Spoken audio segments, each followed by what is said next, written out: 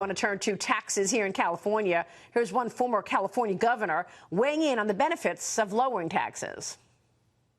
Only by making government live within its means and restricting its role in our personal lives can we unleash the spirit of individual enterprise so essential to prosperity and the preservation of freedom itself. We have to change what has been in existence since the Great Depression, and that is the philosophy of tax and tax, spend and spend, elect and elect.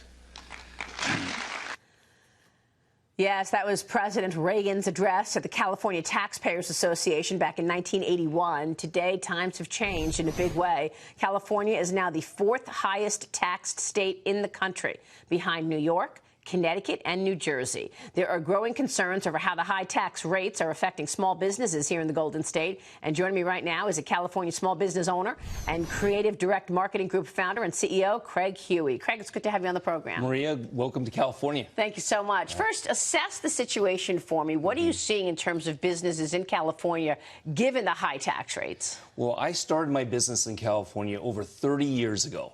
And it was a land of opportunity, a land with Ronald Reagan was talking about where you could start a business, but now taxes and regulations is chasing businesses out of California. 5.5 businesses leave every week. Small businesses. 5.5 businesses leave every week. Yes, because of the taxes and the regulations. As a business owner, I used to have contract labor. I can't do that anymore. In my area, Toyota left with 5,000 people just sucked out into Texas.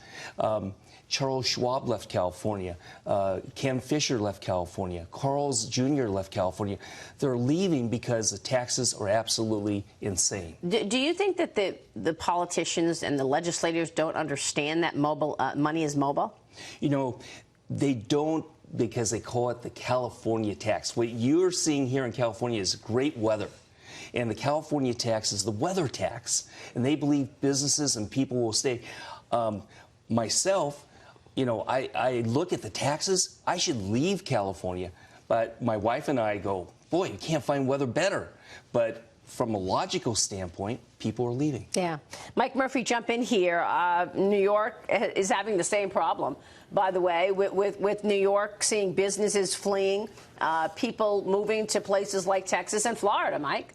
Yeah, absolutely. That's what I was going to say, Maria, that to Craig's point, the weather is great out in California, but, you know, you have places like Texas, like Florida, other areas where you have no tax. I'm also a small business owner. I run a venture capital fund here in New York, and the taxes just make it where it makes so much sense to move to Florida for me and for my business. And I think, Maria, you hit the nail on the head with money being mobile. So, Craig, I would love to hear your take on that, you know, now with technology where I can be literally anywhere and be on a phone call or a stream where people don't know exactly where I am, so I don't need to be in an office in New York any longer.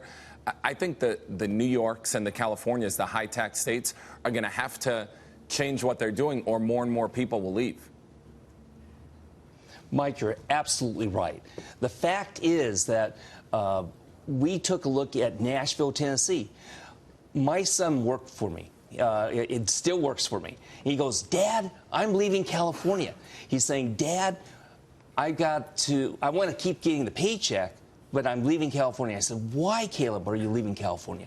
And what he said to me was, I can go to Tennessee and not pay any income tax. I could never buy a house in California, but I can buy one in Tennessee. And not only that, I can live for 30 to 40% less expensive. And, Dad, let me hire employees in Nashville, and I'll get them for less cost than you can get in California. And he's been there now for 3 years and building our team in Nashville. And you know, I don't want to leave California. Yeah. I love California. But the government is forcing businesses out. That's incredible. 1.5 million people have left California. Wow. And this is impacting. The people who are leaving are the ones who would vote for lower taxes and less regulations. Basically, the socialists in Sacramento are controlling the economy as a nanny state, and it's terrible. The socialists in California. That's correct. I mean, you know, I think the 2020 race is setting itself up to be capitalism versus socialism. Oh, yeah. We're seeing the rise of socialist policies and proposals coming from the left in a big way. It's Medicare for all, or Congresswoman Alexandria Ocasio-Cortez's 70% tax rates on wealthy Americans, or you even have Elizabeth Warren wanting to tax your wealth. Maria, it is a battle between capitalism and socialism, and the politicians are lining up as advocates of socialism, even if they don't admit it. Yeah. The fact is, we have a war on capitalism that's going on, and we've got to be able to be advocates. Now, here in California, we have a huge problem because basically what the Democrats have done, they made it so that they can win any election. And so there's very little hope that somebody who opposes what's going on would be elected. What do you mean they made it so that they could win every election? What do you mean by that? Well, first of all, they're following a formula, a marketing of money plus gathering data and being able then to tie it to getting out the vote.